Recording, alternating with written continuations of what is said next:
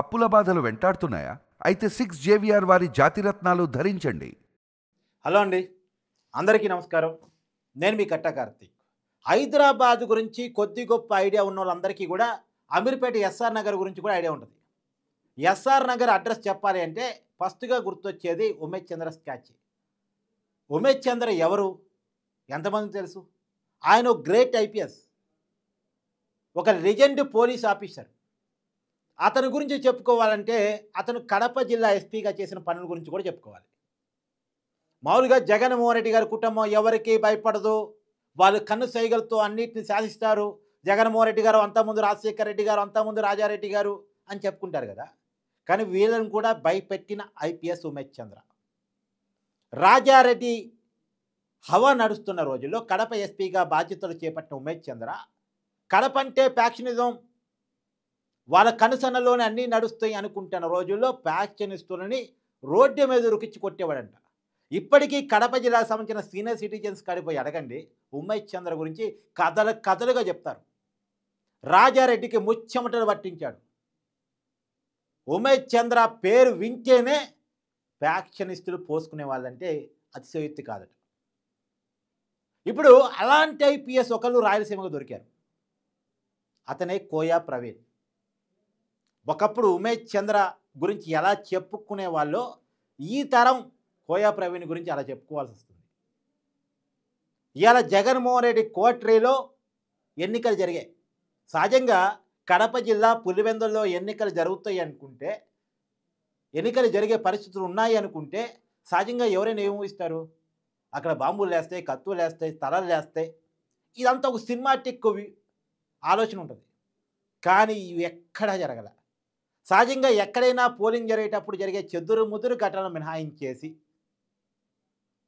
Polling ప్రశాంతంగా జరిగింది పులివెందర్ rural ZPTC.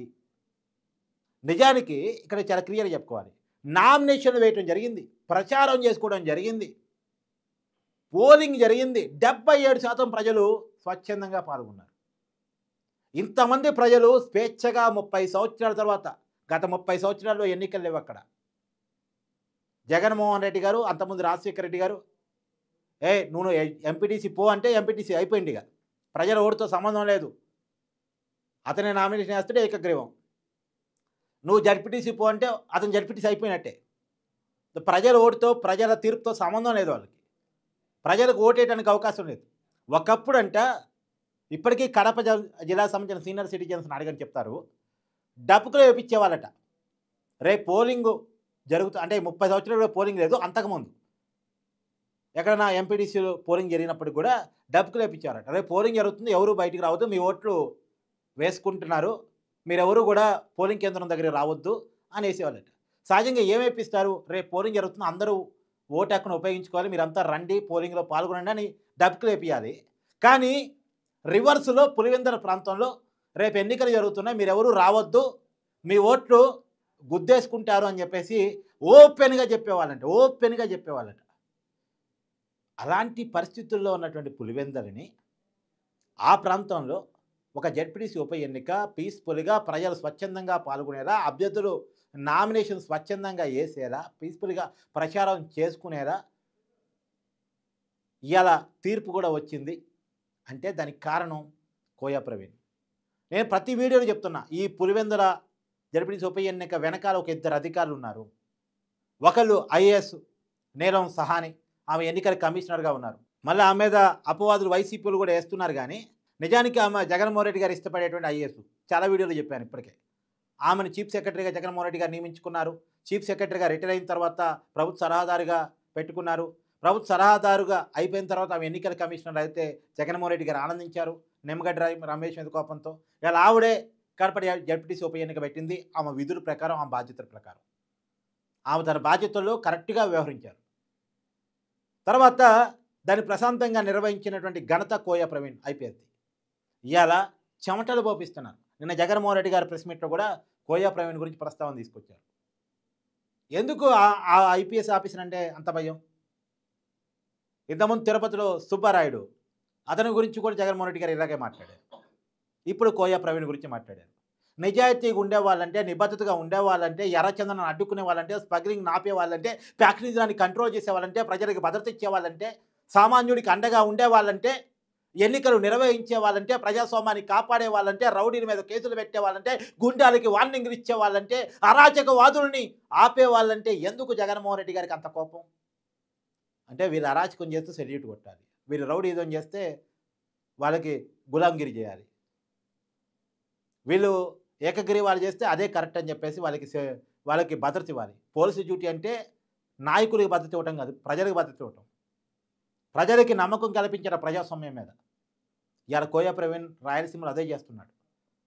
అతను చేస్తున్నటువంటి గ్రౌండ్ నిజానికి పోలింగ్ అంత ప్రశాంతంగా జరిగిందంటే, వైసీపీ నాయకులకి రిగ్గింగ్ చేసుకునే ఆప్షన్ కూడా లేకుండా పోయిందంటే, ఇవాళ కోయ ప్రవీణ్ నిజానికి జగన్మోహన్ రెడ్డిని భయపెట్టాడని చెప్పుకోవాలి. ఆ ప్రాంతంలో ఎన్నిక జరగటం అనేది అంత చిన్న విషయం కాదు, కొన్ని దశాబ్దాలుగా లేని చరిత్ర అది. కడప జిల్లా వారిని ఎవరిని అడిగిన చెప్తారు పులివెందులలో ఎట్ట రిగ్గింగ్ చేస్తారు, పులివెందులలో ఎలాంటి పరిస్థితులు ఉంటాయి, ఆ జిల్లా గురించి అవగాహన ఉన్నటువంటి సామాజిక రాజకీయ అవగాహన ఉన్న ఎవరిని అడిగినా చెప్తారు. అలాంటి చోట చాలా ప్రశాంతంగా ఎన్నిక నిర్వహించడం అనేటువంటి విషయంలో కోయ ప్రవీణ్ మనం అభినందించి తీరాలి. ఇంతకుముందు వర రవీందర్ రెడ్డి ఎవరైతే వైసీపీ సోషల్ మీడియా కార్యకర్త ఉన్నారో, ఒక తప్పుడు పోస్టులతో మహిళని అవమానించిన వ్యక్తి ఉన్నారు, షర్మిల క్యారెక్టర్ని, విజయమ్మ క్యారెక్టర్ను కూడా తోలనాడిన వ్యక్తి ఉన్నారు. అతను అదుపులో తీసుకున్నప్పుడు వైసీపీ కోయ ప్రవీణ్ మీద చాలా పెద్ద ఎత్తున రగడ చేసింది, కానీ రగడకి ఆయన భయపడలే, ఆ రౌడీ దానికి ఆయన భయపడలే. నిజానికి రాయలసీమ, కడప, కర్నూలు ప్రాంతంలో కొంత వైసీపీ బెల్ట్ ఎక్కువ. అక్కడ పోలీస్ ఆఫీసర్ని చాలా వాళ్ళు ఈజీగా బెదిరిస్తూ ఉంటారు, కానీ అక్కడెక్కడా భయపడలే. ఆయన్ని చూసుకొని మిగతా పోలీస్ ఆఫీసర్ కూడా చాలా ధైర్యంగా పనిచేస్తున్నారు. ఎంత ధైర్యం ఉంటే పులివెందుల గడ్డ మీద, పులివెందుల వైసీపీ ఆఫీస్ ముందు తాగి పోలీసులను బూతులు తిడుతున్నటువంటి వైసీపీ కార్యకర్తలను ఉద్దేశించి ఒక డిఎస్పీ యూనిఫామ్ వేసుకున్న కాల్చి పడేస్తా పిచ్చి పిచ్చిగా మాట్లాడుకొని వార్నింగ్ ఇవ్వగలుగుతాడు. ఆ డిఎస్పీకి ఆ ధైర్యం ఎలా వచ్చింది? ఆ డిఎస్పీ వెనకాల కోయ ప్రవీణ్ ఉన్నాడు కాబట్టి. సో చాలా క్లియర్గా మనం కోయ ప్రవీణ్ని ఇక్కడ అభినందించాలి. ఇలా పులివెందుల ఎన్నిక వెనకాల కోయ ప్రవీణ్ చాకచక్యం ఉంది, అతని పనితీరు ఉంది. Thank you.